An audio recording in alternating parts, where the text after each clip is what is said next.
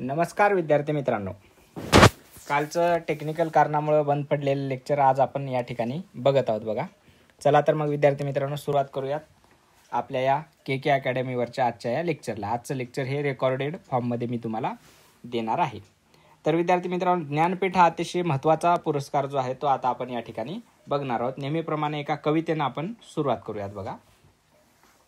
विजलो आज जरी मी हा माझा अंत नाही, पेटेन उद्या नव्याने हे सामर्थ्य नाशवंत नाही. छाटले जरी पंख माझे पुन्हा उडेन मी, अडवू शकेल मला अजून अशी भिंत नाही. माझी झोपडी जाळण्याचे केलेत कैक कावे, जळेल झोपडी अशी आग ती ज्वलंत नाही. रोखण्यास वाट माझी वादळे होती अतुर, डोळ्यात जरी गेली धूळ थांबण्यास उसंत नाही. येथील वादळे खेटेल तुफान तरी वाट चालतो, अडथळ्यांना भिऊन अडखळणे पावलांना पसंत नाही. सुरेश भटांच्या जगप्रसिद्ध कवितेसह आपल्या KK अकॅडमी या यूट्यूब चॅनलवरती मी कपिल कळकेकर तुमचे सहर्ष स्वागत करतो. तर तुमचा जास्त वेळ न दौडता विद्यार्थी मित्रांनो आजच्या लेक्चरला सुरुवात करूयात बघा. अतिशय सुंदर पद्धतीने ज्ञानपीठावरचे प्रश्न जे आहेत आपल्या क्लासचे स्टुडंट बेबीताई यांनी ते काढलेले आहेत बघा. त्यांच्यासाठी एकदा कमेंटमध्ये सगळ्यांनी थँक्यू लिहा. ओके, चला तर मग पहिला प्रश्न आहे विद्यार्थी मित्रांनो, 2022 मध्ये प्रदान करण्यात आलेला ज्ञानपीठ पुरस्कार हा कितवा ज्ञानपीठ पुरस्कार आहे. ओके, ही जी मूर्ती आहे बाजूला दिसालेली ती वाग्देवतेची मूर्ती आहे बघा. तर हा पुरस्कार विद्यार्थी मित्रांनो आहे बघा 56वा पुरस्कार आहे. यावर्षीचं वैशिष्ट्य विद्यार्थी मित्रांनो, कोविडमुळे मागचे सुद्धा पुरस्कार ह्या वर्षी डिक्लेअर केलेले आहेत. 2020चा आहे बघा हा 56वा. ओके, आणि 2021चा विद्यार्थी मित्रांनो आहे 57वा पुरस्कार. ओके, 56वा आणि 57वा दोन्हीची घोषणा एकदमच करण्यात आलेली आहे बघा. ओके, शांतीप्रसाद जैन ट्रस्टच्या वतीने हा पुरस्कार दिला जातो. शांतीप्रसाद जैन ट्रस्टच्या वतीने हा पुरस्कार दिला जातो. पुढचा प्रश्न आहे बघा, ज्ञानपीठ पुरस्काराची स्थापना केव्हा झाली. ओके, 1962, 1966, 1965 का 1961. तर याचं उत्तर आहे विद्यार्थी मित्रांनो 1961ला याची काय झालेली आहे बघा, स्थापना झालेली आहे. ओके, ज्ञानपीठ पुरस्काराची स्थापना 1961ला. पुढच्या प्रश्नामध्ये आणखीन थोडंसं क्लिअर होईल. ज्ञानपीठ पुरस्काराची स्थापना 1961ला झाली, बरोबर आहे का, पण पुरस्कार देण्याला सुरुवात केव्हा झालेली आहे बघा, तर पुरस्कार देण्याला सुरुवात मात्र 1965ला झालेली आहे. हा पॉईंट प्रामुख्याने या ठिकाणी लक्षात घेणं गरजेचं आहे बघा, बरोबर आहे का. त्याचबरोबर भारतातील साहित्य क्षेत्रातला सर्वोच्च पुरस्कार कोणता आहे हा या ठिकाणी प्रश्न आहे बघा. तर नोबेल पुरस्कार, ऑस्कर पुरस्कार, ज्ञानपीठ पुरस्कार का वरील सर्व, याचा तर काही संबंधच नाही बघा. मग ज्ञानपीठ पुरस्कार हा साहित्य क्षेत्रातला सर्वोच्च पुरस्कार आहे बघा. शांतीप्रसाद जैन ट्रस्टच्या वतीनं तो दिला जातो. 11 लाख रुपये रोख. ओके, 11 लाख रुपये रोख आणि वाग्देवतेची मूर्ती असं याचं, बरोबर आहे का. पुढचा प्रश्न आहे खास तुमच्यासाठी, 56वा ज्ञानपीठ पुरस्कार खालीलपैकी कोणाला मिळालेला आहे. 56वा ज्ञानपीठ पुरस्कार अकितम अच्युतम नंबथिरी, नाशिर शर्मा, मनीषा कुलश्रेष्ठी का नीलमणी फुकन. तर विद्यार्थी मित्रांनो नीलमणी फुकन यांना हा पुरस्कार त्या ठिकाणी मिळालेला आहे बघा. त्यांच्याबद्दल आणखी प्रश्न असेल तर बघूया, तर मग त्यांच्याबद्दल मी तुम्हाला संपूर्ण माहिती त्या ठिकाणी सांगतो बघा. ओके, 56वा ज्ञानपीठ पुरस्कार फुकन विद्यार्थी मित्रांनो यांना मिळालेला आहे बघा. नीलमणी फुकन, बरोबर आहे का, ज्युनियर असं त्यांचं नाव आहे खरं तर. त्यांना विद्यार्थी मित्रांनो कोणत्या भाषेतील ते साहित्यिक आहेत असा आपला प्रश्न आहे बघा. मल्याळम, आसामी, तेलुगू का हिंदी. तर ते आहेत विद्यार्थी मित्रांनो आसामी. ओके, आसामी भाषेमधले ते आहेत बघा. त्यांच्याबद्दलची संपूर्ण माहिती मी तुम्हाला या ठिकाणी आता सांगतो बघा. आधुनिक आसामीतील एक श्रेष्ठ कवी, लेखक आणि ते देशभक्त आहेत बघा. आसाममधल्या दिब्रुगड या ठिकाणी त्यांचा जन्म झाला. त्यांचे आजोबा घनश्याम फुकन यांनी संपूर्ण कल्की पुराणाचे आसामीमध्ये वृत्तबद्ध भाषांतर केलेलं आहे बघा. नीलमणींचे शालेय शिक्षण दिब्रुगड आणि महाविद्यालय शिक्षण कॉटन महाविद्यालय गुवाहाटी या ठिकाणी झालेलं आहे बघा, बरोबर आहे. त्याच्यानंतर ते एका शाळेमध्ये सुमारे 20 वर्ष मुख्याध्यापक होते. 1921 ते 1926 या काळात ते आसामच्या विधिमंडळाचे सदस्य, आमदार सुद्धा होते बघा. 1937 ते 57 या काळात ते आसामच्या विधानसभेवर निवडून गेलेले. 1942च्या आंदोलनात त्यांनी सक्रिय भाग घेतला होता. कारावास सुद्धा भोगलेला आहे. सक्रिय राजकारणात निवृत्त झाल्यानंतर समाजकार्याचे कार्य करणाऱ्या अनेक संस्थांशी त्यांचा निकटचा संबंध आल्याचं आपल्याला आढळून येतं. अलीकडेच त्यांनी शिवसागर जिल्ह्यातील नागबत गावी आदिवासी आणि नागर लोकात बंधुभाव, सामंजस्य व शांतता प्रस्थापित करण्याच्या हेतूने एक आश्रम सुद्धा सुरू केलेला होता. बर्लिन येथे भरलेल्या जागतिक शांतता परिषदेसाठी ते प्रतिनिधी म्हणून गेले होते. बातरी या दैनिकाचे तसेच इतर काही नियतकालिकांचेही त्यांनी संपादन केलेलं आहे.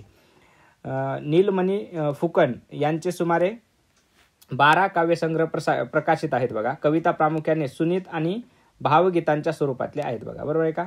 त्यांचे मानसी 1942, ज्योतिकन 1949, गुटीमाली 1950, जंजिरी 1951, आमित्रा 1952 आणि संधानी 1952 हे काव्यसंग्रह अतिशय प्रसिद्ध आहेत बघा. जंजिरामध्ये त्यांच्या कारावासातील अनुभव त्यांनी प्रगट केलेले आहेत. अतिशय प्रभावी गद्यलेखक म्हणून ते आसामियात ओळखले जातात. आसाम या प्रांतामध्ये भागामध्ये. साहित्यकला 1939, जयातीर्थ 1941, चिंतामणी 1942 आणि महापुरुषीय धर्म 1952 हे त्यांचे गद्य ग्रंथ आहेत बघा. गद्य ओजस्वी अलंकारिक आहेत, पण संयमाच्या अभावामुळे ते विकारवशतेकडे झुकलेले आपल्याला दिसून येतात बघा. बरोबर आहे का. गांधीजींसोबत त्यांचा संबंध आलेला आपण आताच बघितलेला आहे. आसाममध्ये त्यांचं स्थान हे अतिशय आदराचं आहे असं म्हणायला काही हरकत नाही. आसामी कवी आणि लेखक यांना 56वा मिळालेला आहे बघा. 57वा पुरस्कार सुद्धा विद्यार्थी मित्रांनो कोणाला मिळालेला आहे याच ठिकाणी मी तुम्हाला सांगून टाकतो बघा. कोकणी त्या ठिकाणी लेखक आहेत बघा, दामोदर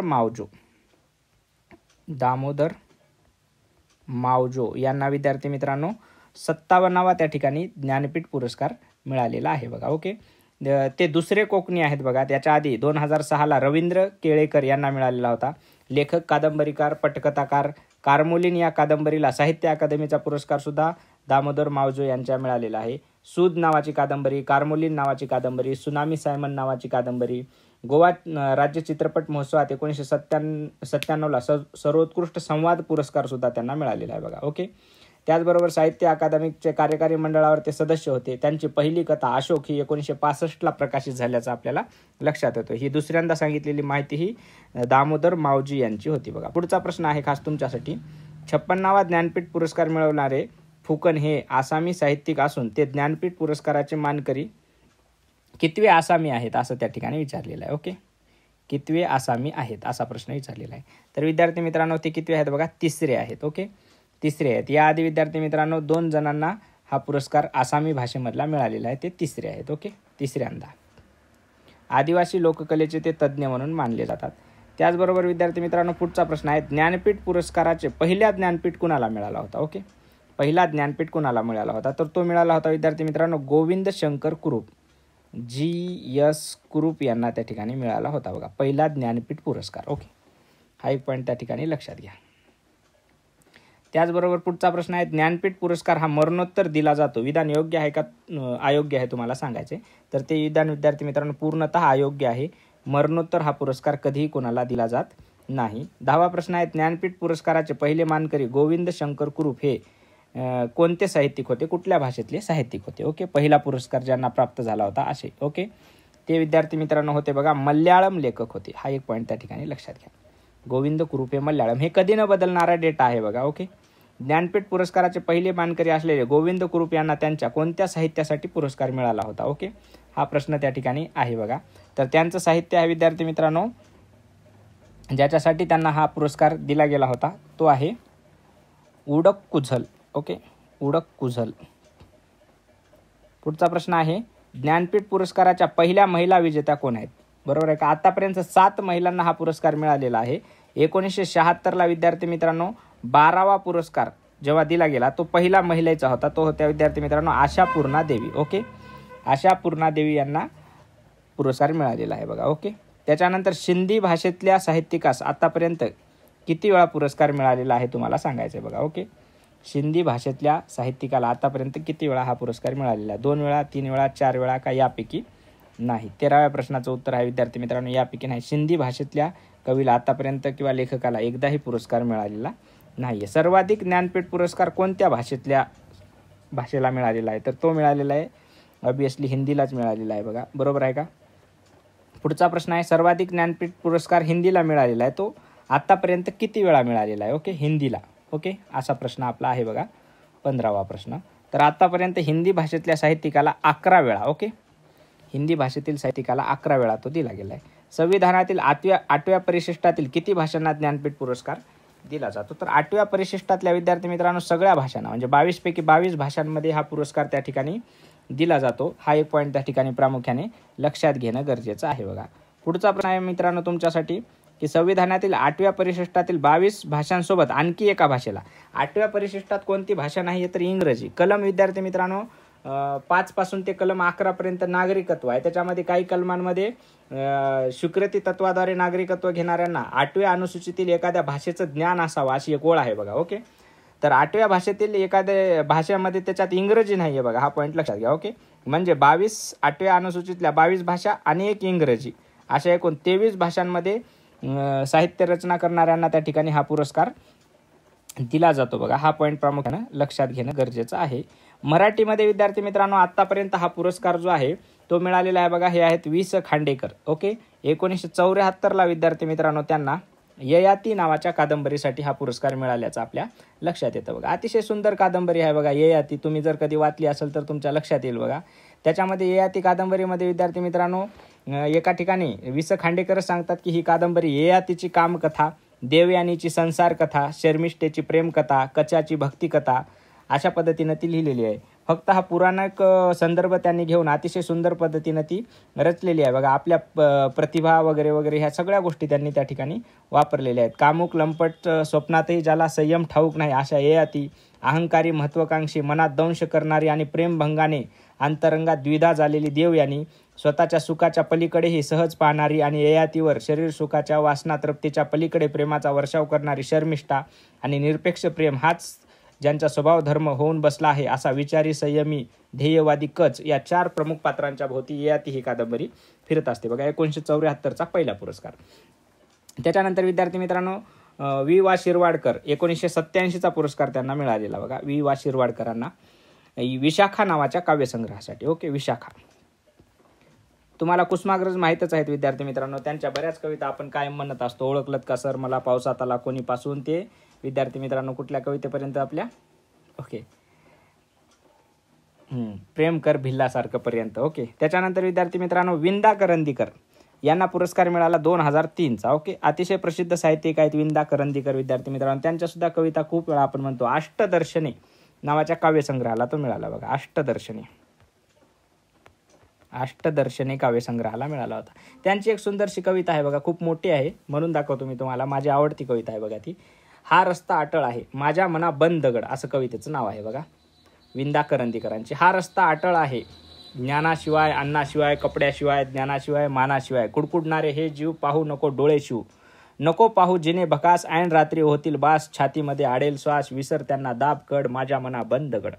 हा रस्ता अटळ आहे ऐकू नको हा आक्रोश, तुझ्या गळ्याला पडेल शोष. कानावरती हात धर त्यातूनही येतील स्वर.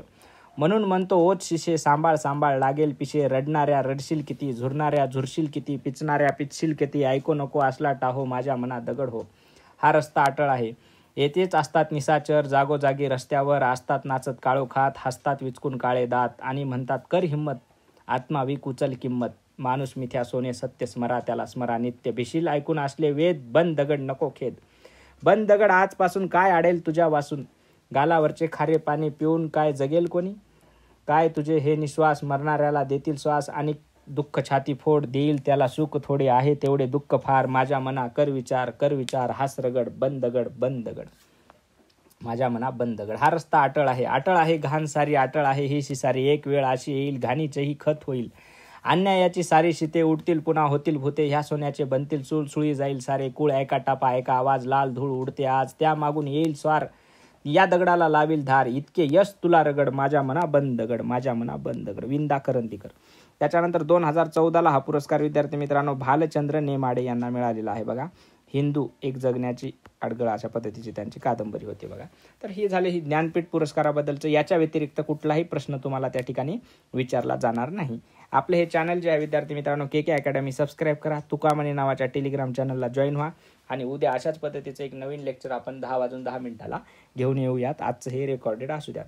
Thank you so much. गम की अंधेरी रात में दिल को न बेकरार कर. सुबह जरूर आएगी सुबह का इंतजार कर. मी कपिल कळकीकर तुमची रजा घेतो. तोपर्यंत जय हिंद, जय महाराष्ट्र, जय Shivray. Bye bye. KK academy subscribe करा. थँक्यू.